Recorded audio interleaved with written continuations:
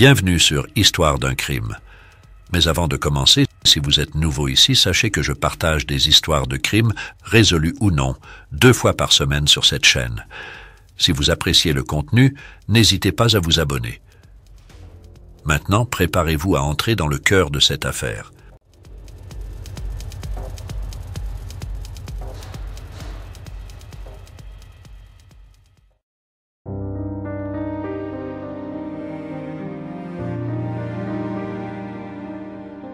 La Première Nation de Sag King, située à environ 100 km au nord-est de Winnipeg, est une communauté autonome d'environ 3000 autochtones.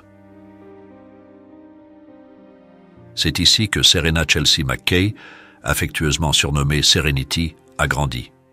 Née le 30 septembre 1997 de Harvey McKay et Dolores Daniels, Serena était une étudiante dynamique et sociable à l'école secondaire de Sag King à Nab, profondément enracinée dans la communauté des Premières Nations du Manitoba.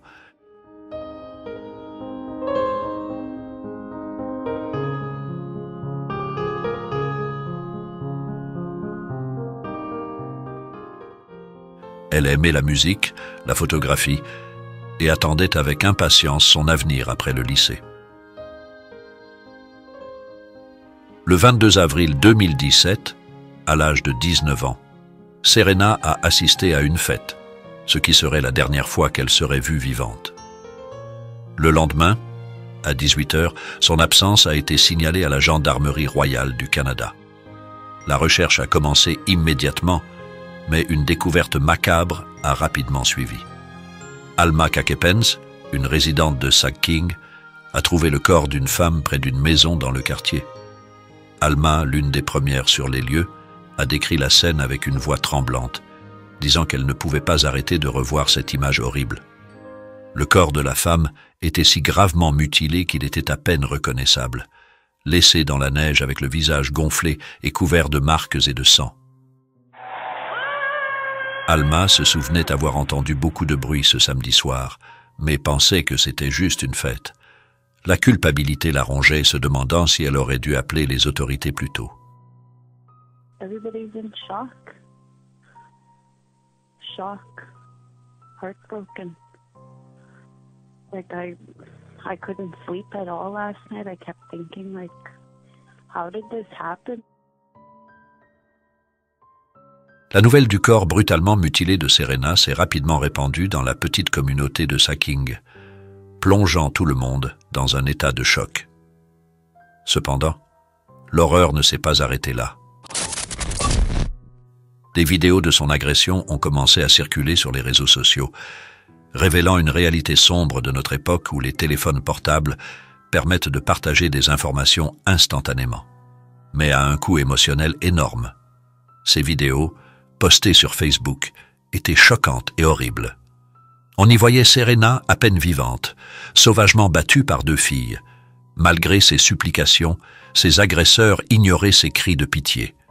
Le sang coulait de son visage et des ecchymoses couvraient son corps.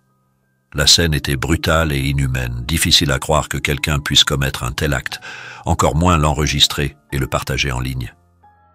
Dans la vidéo, on entendait des voix masculines et féminines, mais il était difficile de déterminer combien de personnes étaient présentes. Serena, dans un dernier souffle, disait « Je suis tellement désolée », sans que le contexte de ses excuses soit clair. Une voix féminine menaçait ensuite. « Si tu envoies quelqu'un après moi, je te tuerai moi-même. » La diffusion de ces vidéos a consterné et dégoûté la famille de Serena et toute la communauté.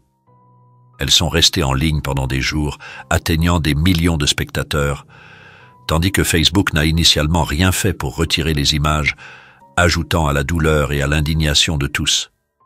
Le 24 avril 2017, 2 jours après l'incident, Claude Francis Guimond, le principal du lycée de Serena, a visionné la vidéo et a immédiatement alerté la police. Ce même jour, une adolescente de 16 ans, présente dans la vidéo, a avoué au conseiller scolaire sa participation à l'agression. Par peur, elle s'est rendue à la Gendarmerie royale du Canada. Facebook a retiré la vidéo courte après que le grand chef de Sag King, Derek Henderson, les ait contactés. Cependant, la vidéo plus longue et plus graphique est restée en ligne jusqu'au 26 avril, lorsque CBC News est intervenu.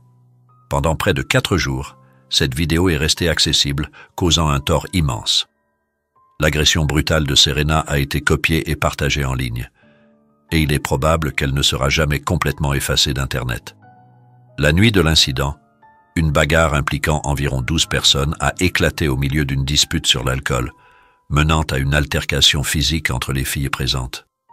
Certains disent que la bagarre concernait un garçon, d'autres que Serena avait traité l'une des suspectes de mauvaise mère. La cause exacte de l'altercation reste inconnue. Initialement frappée au visage, Serena a été laissée saigner avec un nez cassé, avant d'être suivie à l'extérieur pour la bastonnade qui a été partagée en ligne. À la suite de cet incident tragique, 2 adolescentes ont été placées en garde à vue. Les 2 filles étaient des camarades de classe de Serena, mais la loi canadienne sur le système de justice pénale pour les adolescents interdit la divulgation publique des noms des accusés ou des criminels condamnés mineurs. Par conséquent, les médias n'étaient pas autorisés à identifier les auteurs.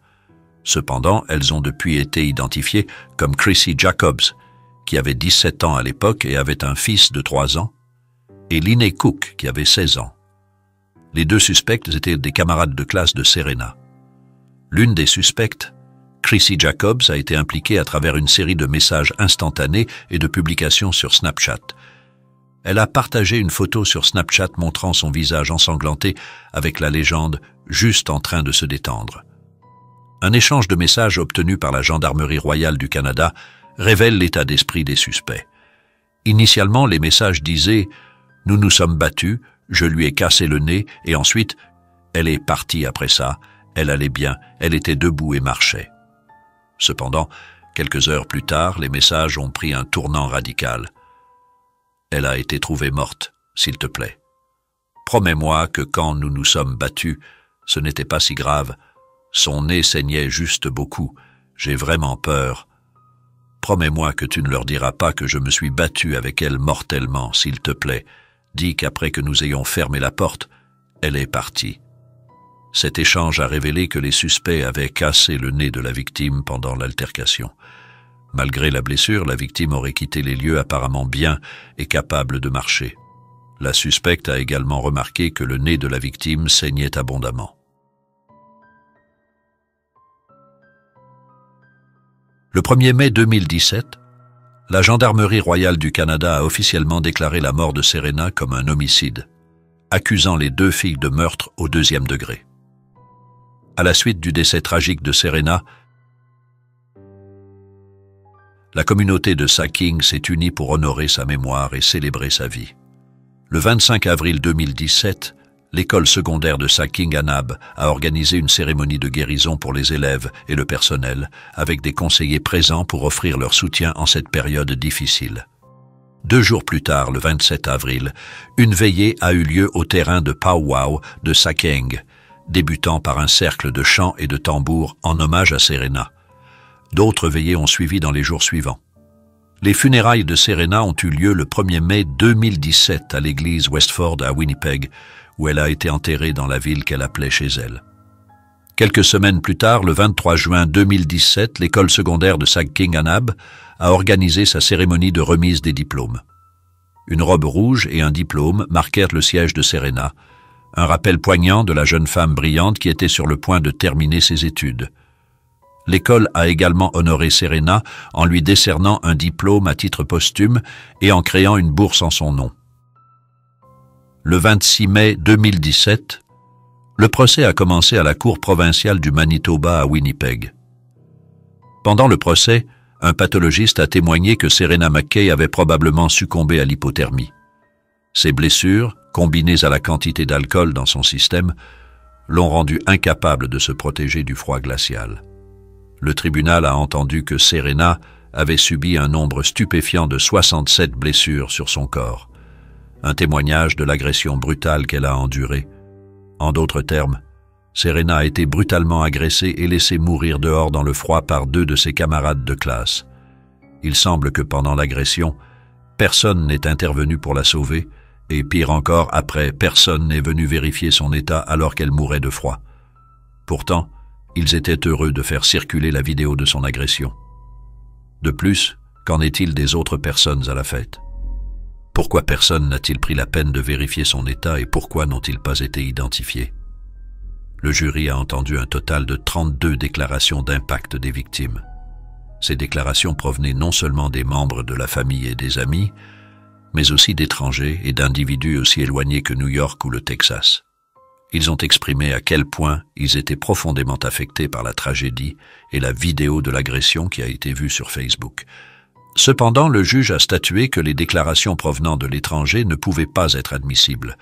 Les deux filles, toutes deux adolescentes à l'époque, ont été accusées et ont plaidé coupables de meurtre au 2e degré. Elles ont été ordonnées de subir une évaluation psychologique. La défense a soutenu que la cause de la mort était l'hypothermie, pas l'agression. Suite au plaidoyer de culpabilité, les procureurs ont demandé des peines pour adultes pour les filles, arguant qu'une peine pour mineur avec un maximum de 3 ans serait trop clémente. Linnea Cook, qui avait 16 ans au moment du crime, a vu sa défense argumenter qu'elle était, je cite, « une jeune personne paniquée qui devrait être condamnée comme une mineure ».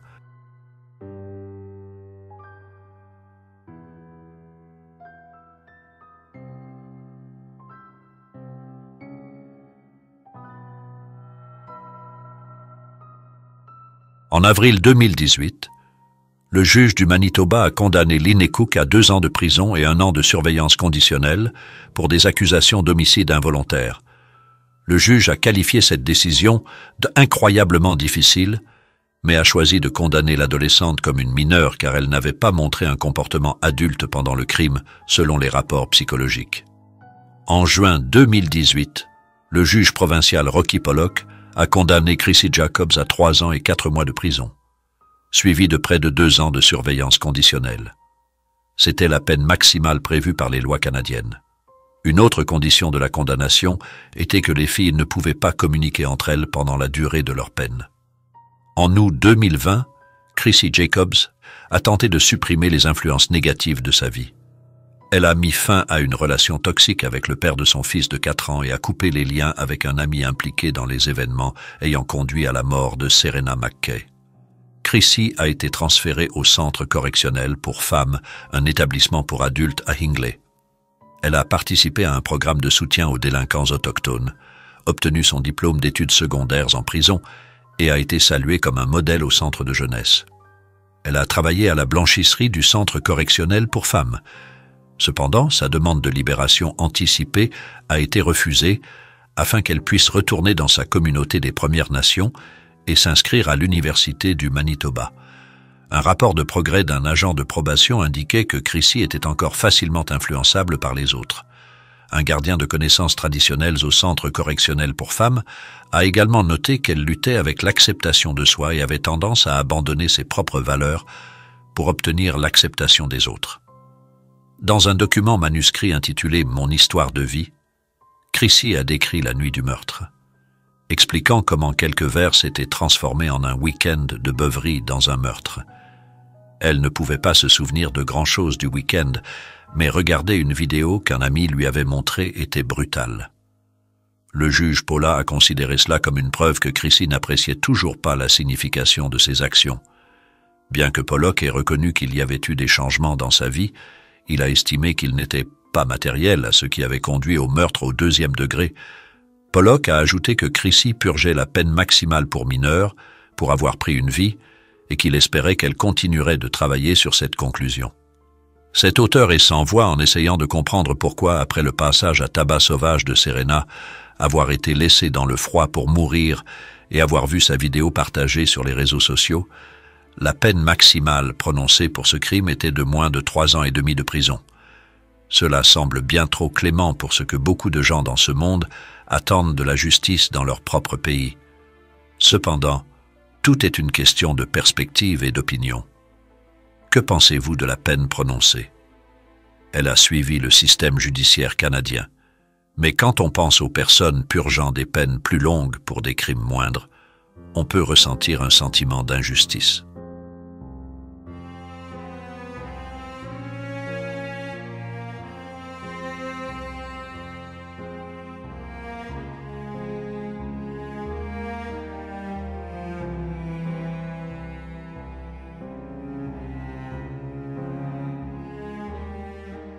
chers amis, nous voici arrivés à la fin de notre récit. J'aimerais connaître vos pensées sur cette affaire. N'hésitez pas de partager votre avis en commentaire. Et pour d'autres histoires captivantes de crimes réels, n'oubliez pas d'aimer, de partager et de vous abonner à la chaîne. Merci.